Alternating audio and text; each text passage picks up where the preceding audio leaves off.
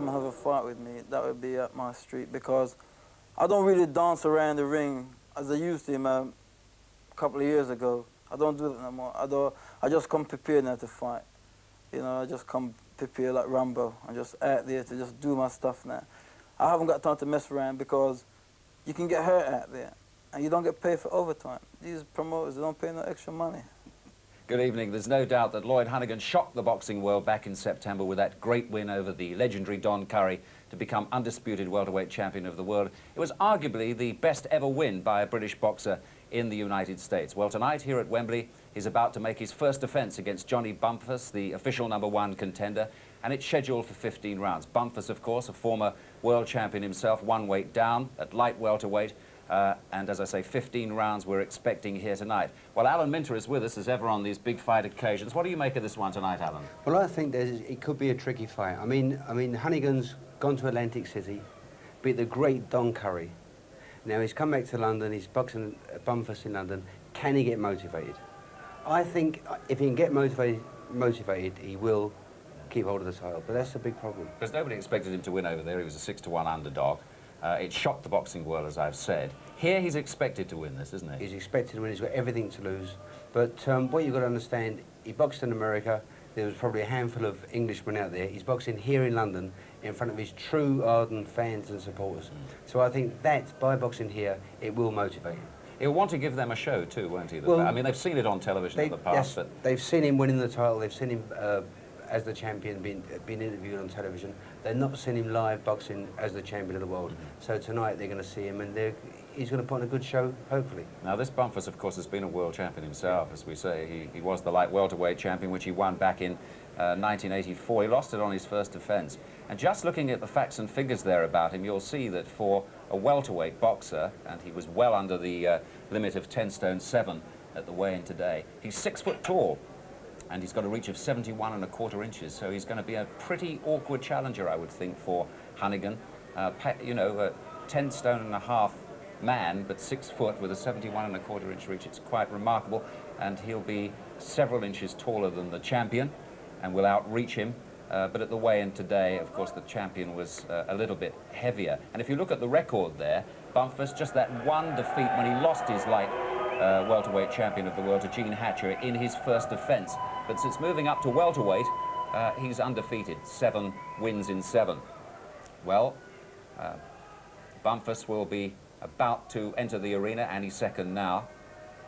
He's 26, the same age as Honeyghan.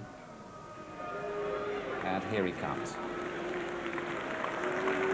Comes from Tacoma in Washington State, but boxes out of New Jersey these days. And some nice, polite, welcoming applause for the challenger.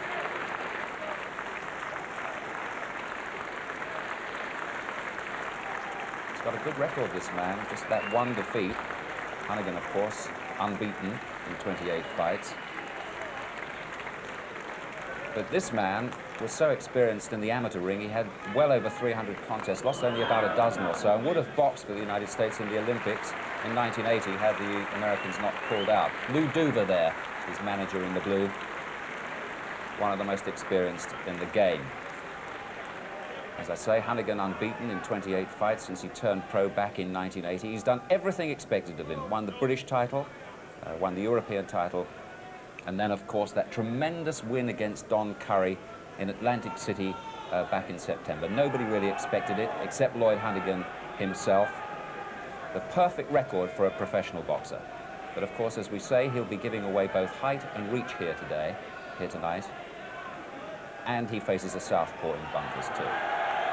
So now you will hear the build-up and the applause for the man who won the undisputed title, welterweight title. And he retains just 2 versions now, though, the IBF and the WWC. There he is with his towel over his head, on the shoulders of his manager, Mickey Duff, that well-known fight face. And Bobby Neal, who's done so much to help him win that world title, did the same for Alan Minter, who's with us here tonight as well. So here's Honeyghan. And there have been bigger rounds of applause for world champions, but just look at that. He's quite a flash customer. Lloyd Honeyghan. He enjoys being champion. He's got that touch of arrogance that so many great champions have.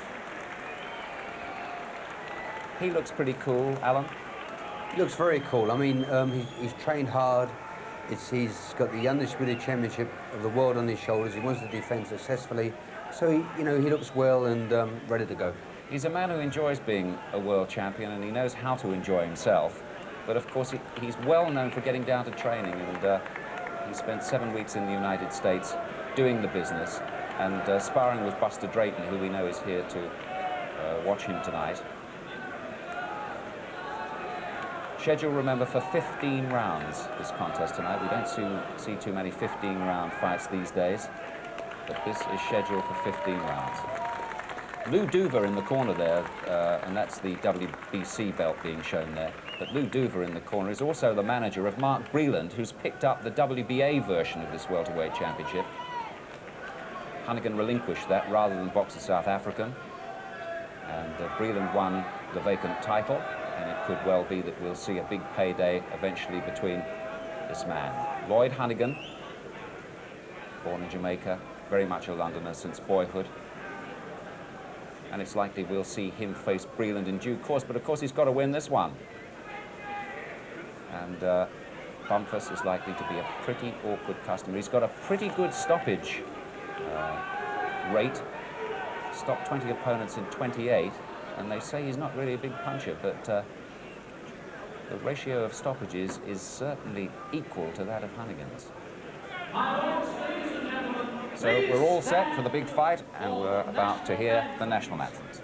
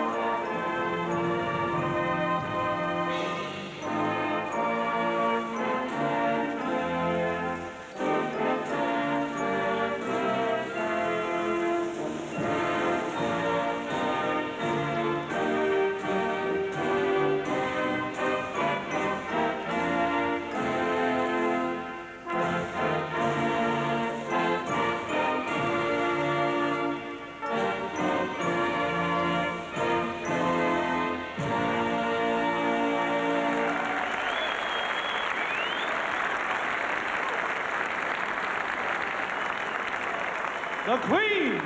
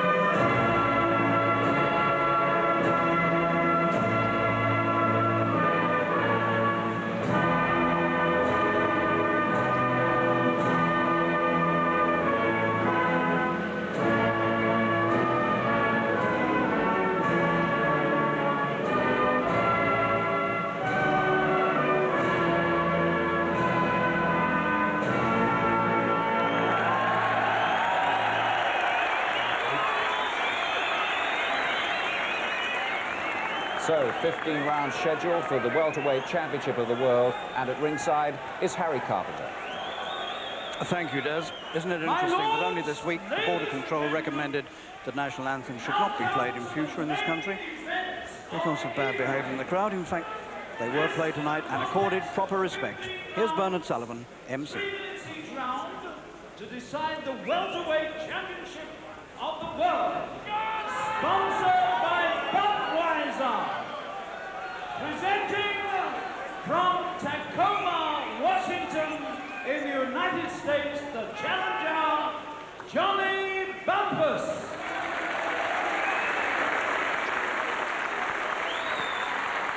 And from Bermondsey, London, the champion, Lloyd Honeyghan.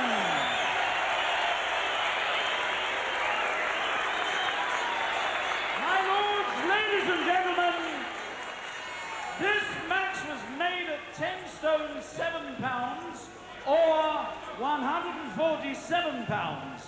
And at the weigh-in today at the Odeon, Leicester Square, Bumphus scaled 10 stone 5.5 pounds or 145.5 pounds. Honeyghan 10 stone 6 pounds 6 ounces or 146 pounds 6 ounces. Your referee for this contest is Mr. Sam Williams of Detroit.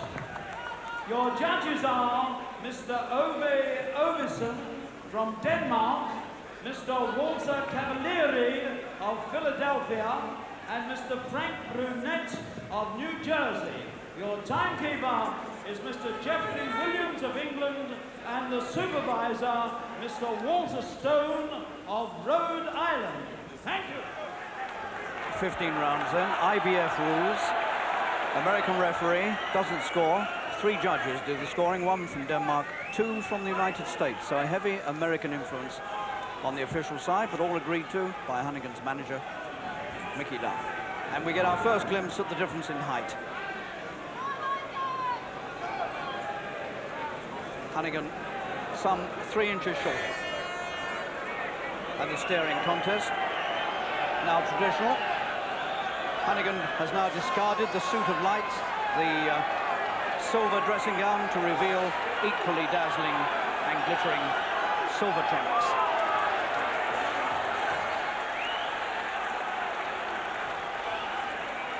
Honeyghan's first defence in front of his own London crowd, and the fight being beamed live to the States. 7 down, round 1.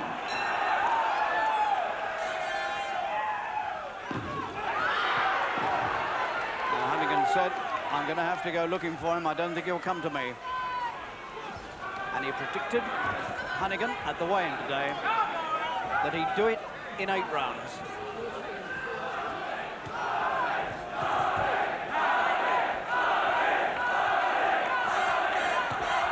Good right hand from Honeyghan.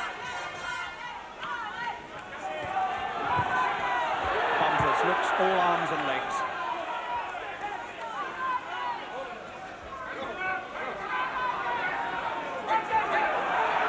Holding.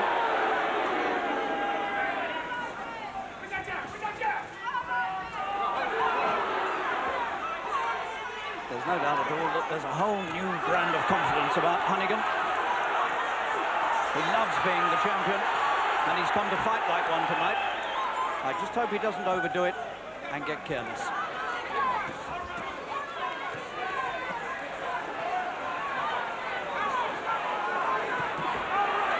Doing a bit of showboating, as they call it in the States, on the ropes, showing off a little bit with the ducking and weaving.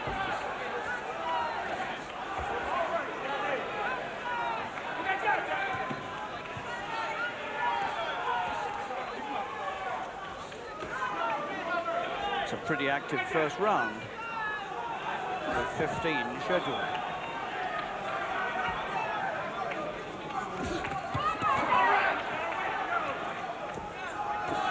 His long arms, finding the head of Honeyghan. That's a good right. Over goes the challenger with 1 minute and 50 seconds only on the clock. A mandatory 8 count. Those are the rules. And Bumphus doesn't look too good now, even. Surely Honeyghan can't get rid of him inside the round, can he? He might. So the first good right that Honeyghan swung had Bumphus on his bum.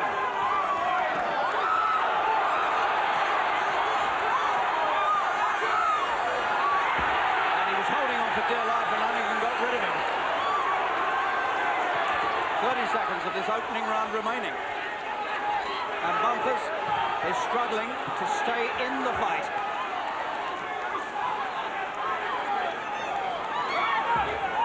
And he still looks dazed and shaking. 15 seconds.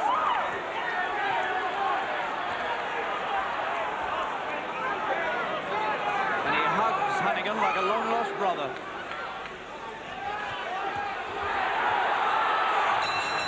Blistering assault at the bell by Honeyghan, and the crowd couldn't have asked for anything better, and Bumphus doesn't know where he is, and his legs, those long legs, hardly held him up on his way back to his corner. What a dramatic start to this. It was a right hand from Honeyghan that brought the knockdown. He came storming across the ring, had Bumphus backed up towards the ropes, and then suddenly a blinding right hand went through. Looked as though it went through and caught him on the side of the jaw. He was badly hurt. Another angle. It did. It went through to the side of his chin, and it had enough effect to keep him shaky for the rest of the round. I don't see now how Bumphus, who looks as though he may be having the start of eye trouble as well, I don't see how he can stay in this much longer. Round 2. And Honeyghan is right over there to meet him, and he floors him before Bumphus had a chance to get up. The bell had gone, and Lloyd, the manager of Bumphus, was protesting like mad. But the bell had gone. Honeyghan was across the ring to get at Bumphus the moment he could, and Bumphus wasn't ready for him. But I think you'll find the bell had sounded. The referee now is instructing the judges, I suspect, to subtract a point from Honeyghan's marks. Honeyghan has certainly been penalised for getting across the ring. Too early, according to the referee. I thought the bell had gone. Bumphus doesn't know where he is again. He's going, he's got to go, and he's going out of the ring. It's all over. It's all over inside a minute of the second round. Bumphus has to be supported, and Honeyghan has successfully defended his title in the most dramatic way possible. A knockdown in the first round, an incident at the start of the second, and all over within a minute of the start of the second. You couldn't ask for a more dramatic fight than that in that space of time. So Honeyghan makes his first defence on his own territory, and he's done it in style. Bumphus doesn't know where he is. He's not recovered yet.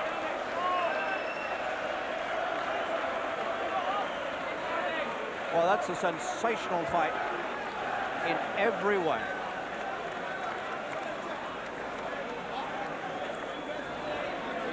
Now then, we can see the finish of the fight again. And this was only some 40 seconds into the second round. Tremendous right hand sent him reeling into the ropes, and Honeyghan knew he had him. And at this point, he was threatening to knock him completely through the ropes and out into the press seats. And at that point, the American referee, Sam Williams, came across, pulled him away, and declared that the fight was over. Here's our unusual overhead camera looking down the bird's eye view. Right hand caught him across the top of the head, and Bumphus had nowhere to go except out of this fight. Those legs had hardly got him back to the corner at the end of the first round. Honeyghan holds up his WBC belt. He is still the WBC and still the IBF champion. Bumphus still not sure whether he's in London or Tacoma. So the Grand Hall at Wembley, smaller arena than we usually see for the big fights in this country. 2,600 people here. This hall has seen a most astonishing defence by Lloyd Honeyghan, who chalks up his 29th consecutive professional win. Well, he predicted 8 rounds. I'm afraid he was 6 rounds out, but good for him. I suppose he got it wrong on that count, Harry, yes. But a terrific win. Alan, he did exactly what he did against Don Curry. He went for broke right at the start, took the fight to the man. It was a splendid victory. And here were we saying it might have been a difficult fight for him. He must have been oozing with confidence. You know, I mean, he's destroyed Curry. He's come here to defend against Bumphus.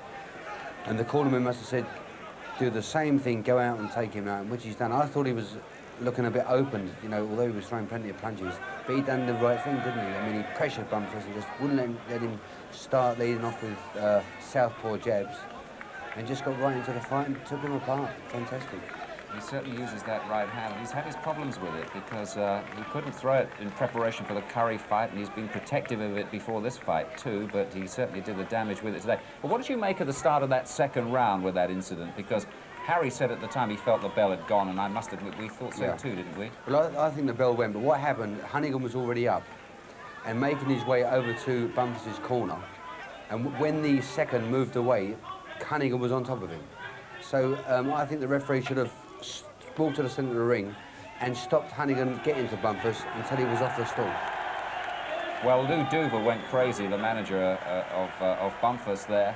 But listen to the applause now for this man, Honeyghan. Harry will be endeavouring to have a word with him there for us in a second when he comes into the ring. But it was a sparkling victory, and I think we said at the start that we've heard better welcomes for world champions when he came into the arena. But by heavens, he's certainly getting tremendous reaction now, and he deserves it. An absolutely sparkling win, and that'll make everybody else look up again on the other side of the Atlantic. This is how it finished. But Bumphus really wasn't in contention in the second round. My feeling was, and about you, is that he hadn't really recovered from the first. No, at the end of the first round, you see him walk to his corner and he was wobbly. Then he came out for the second round, and Honeyghan caught him with one shot, and it just happened again. He was just gone. And this is what happens, you know. Maybe you can be caught cold, which you can be, but Honeyghan tonight was relentless and just wouldn't let him. You know, he knew what he wanted. He wanted to keep hold of his titles and show the world that he is. It was no fluke beating the likes of Don Curry, and he showed what a good champion he is. You know, I personally didn't think he was. I thought it might have been a fluke beating Curry, but it showed tonight that no, he's a danger. He's a danger in the welterweight limits. He's got a bit of a ruthless streak in him, as was shown there at the end there. He didn't really want to stop hitting the man, despite the fact he was outside of the ring. But they'll look up on the other side of the States. I think a lot of people thought there, and a lot of the boxing judges in America thought, well, perhaps Don Curry really was having trouble making the weight, and he's since moved up to light middleweight, and they were kind of excusing him losing to Honeyghan. But they'll look at this because Bumphus, a highly rated fighter, is the official #1 challenger. Now, in actual fact, of course, Honeyghan can take a few other challenges from down the ranking a little bit if he wants to. That's right. He is the official #1, and he's destroyed him so easily. Now, the other likes of the challengers in America are going to look to Honeyghan now and say, "Whoa, you know, can we avoid him?" Because he's looking something special. Well, it couldn't have been worse for poor old Bumphus, could it? I mean, he spoke to me on Grandstand yesterday, and he talked a very good fight then, but things went wrong for him right in this very first round. And it was the right hand. I thought originally when I saw that he hadn't quite landed, but you don't knock a man down if you haven't quite landed. No, I think it looked on that angle there, it just slid past his chin, but on the other angle, it just caught his chin, which is good enough. You know, he could have, if he was allowed, he could have got into the fight and made it awkward for Honeyghan. But, you know, they've said, take him out, and he just took him out. Yeah. And, you know, so he's still the champion. He's become a more aggressive sort of fighter over the last year or two. When he won, I think when he won the European Championship, when he beat Rossi in Italy there a couple of years ago, he started looking as though he wanted to finish fights quicker and earlier. That's right. The thing is, you know, he's done all what's been asked of him, and by beating Curry, I mean, he must really believe in himself, and that's what you've got to do. If you don't believe in yourself, you waste the time. But he believes in himself now. He's the undisputed champion. I mean, and he wants to keep hold of that title. I think it'll go a long way. Do you?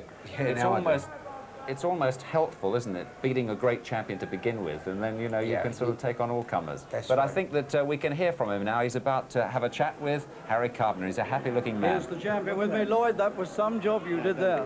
You've never done a better job in your life than that, have you? Well, I was in the best condition in my life, Harry, because I went to America. I told my manager I want to go to America to train from now on. because I can get the right kind of training, the right kind of sparring. I've been sparring with a champion of the world for this fight. You can't get that sort of sparring in England. I was fit than ever been in my life. I was ready to eat that guy alive. I was ready. You told me 8 rounds earlier today, but you did it a lot quicker than that. 8 rounds, Harry. Well, I decided that Mickey ain't going to pay me for overtime, so I'll finish early. Do you want to have a look again? We can show you the finish first. Just have a look. It's coming up here. You really had him go. I mean, he was in no state really to come out for the second, it seemed to me. Anyway, here's the finish. Tell us. Yeah, I was getting myself muddled up a bit. So I decided to calm myself down. I decided my best shot was a right hand, because we've been practicing so many things, man.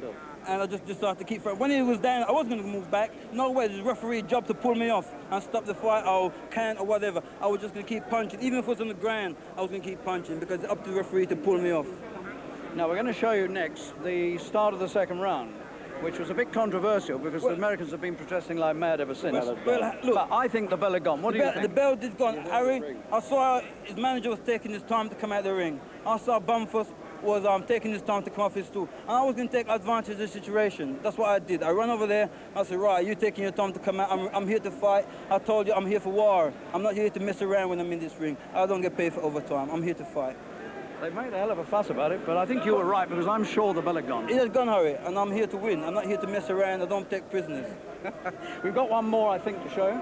The first knockdown. Terrific right-hand punch. Well, that was a good right-hand punch, Harry. I was messing around a few times. I was missing.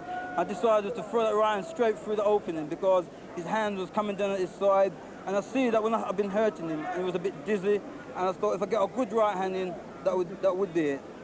You really knew you had him, I think, at that point, don't you? Well, it wouldn't Harry, go much longer. I told him it's all Rumbo business today. There's no messing around. It's all ragamuffin stuff, you know? We got Mickey Duff, your manager, with us. You must be proud of that performance, Mick. I'm delighted, but I'm not very surprised. He's in a mood he's possessed these days in the gymnasium. You know, when you box 5-6 rounds a day with Buster Drayton, you're really at war. You're talking about a guy that has been in for years with Marvin Hagler.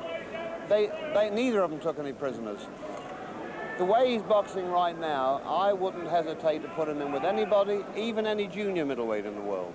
And I think that's what we may have to go to, because I think he's going to, within a year, he will clean up all the welterweight opposition. Now, Mark Breland is here tonight, the WBA champion, but you've got problems there because he's banned by the WBC. He's banned automatically for 2 years. Now, you know, the WBC often have rules which they can change. They have a meeting and they can make special conditions. We'd be delighted to fight Breland, but not at the risk of losing a second title without getting into the ring, because the WBC have made it emphatically clear that if he fought a South African or the winner of an eliminator involving a South African, they would withdraw his recognition. Okay, thank you, Mickey. Well done, Lloyd. Thank you. I like the dressing gown. Yeah, I like it too. I'll get the name of the tailor off you later. Yeah, great. Thank you.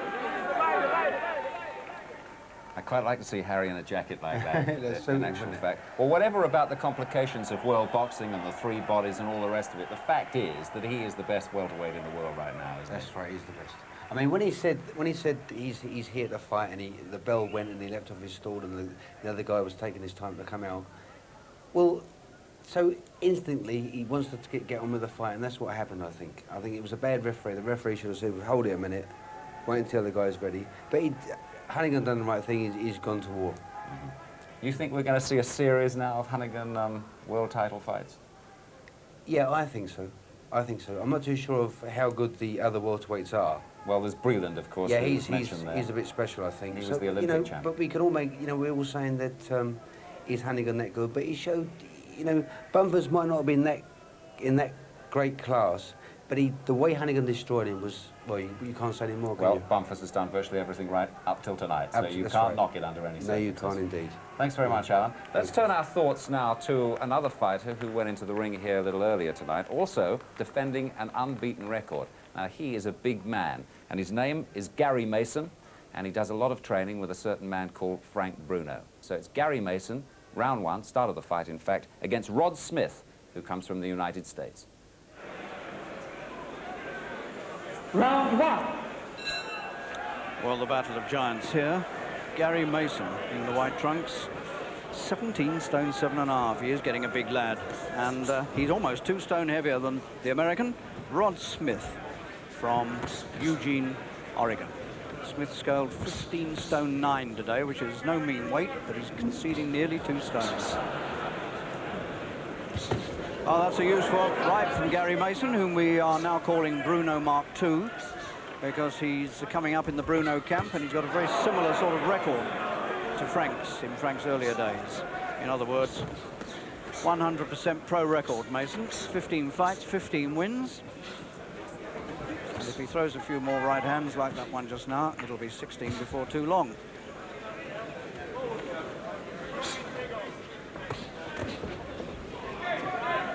Well, Rod Smith from Eugene, Oregon is 31 years old and hasn't been a pro all that long considering his age. Oh, over he goes. He threw one himself and took a perfect counter punch. And we're only just over a minute into the fight. Well, that's a sample of the way Gary Mason can punch. He puts all his beef behind it. And another right. Over he goes for the second time. 120 into the contest. He's up too soon. And he needed a longer rest than that. And again, I think this is going to be stopped in the first round. It's all over. It is stopped. And the time is 1:34 on my watch.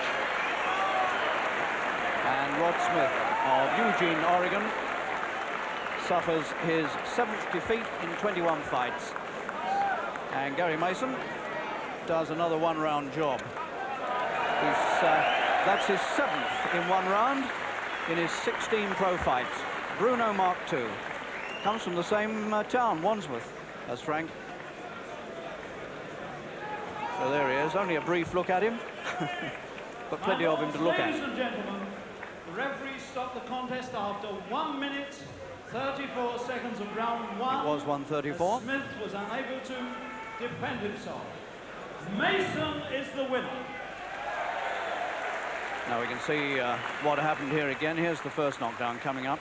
And a sympathetic hand for the loser. Smith trying to advance, left and a right, and then a big thumping left hook to the top of the head. He survived that one. And that is a good right hand, isn't it? Oh. Well, he got up from that as well, but he got up too quickly. And seconds later, it was all over in 1 minute and 34 seconds. Not, by the way, Mason's fastest win. He had one in 48 seconds in January '85. He's certainly some puncher, and he's unbeaten. Mark Kaler, incidentally, started his campaign as a light heavyweight here tonight. You remember, of course, he was the British middleweight champion. He lost his last fight as a middleweight to Harold Graham. Well, he started one weight up at light heavyweight here tonight, and he had a points win over James Shavers of the United States. Well, because the fight ended a little early, the main fight, we've got a chance to bring you a little more sport now, different kind of sport, because the European Indoor Athletics Championships have been going on over the last couple of days in France. Well, today has been a pretty good day for Britain there as well. We're going to pick up first the women's 3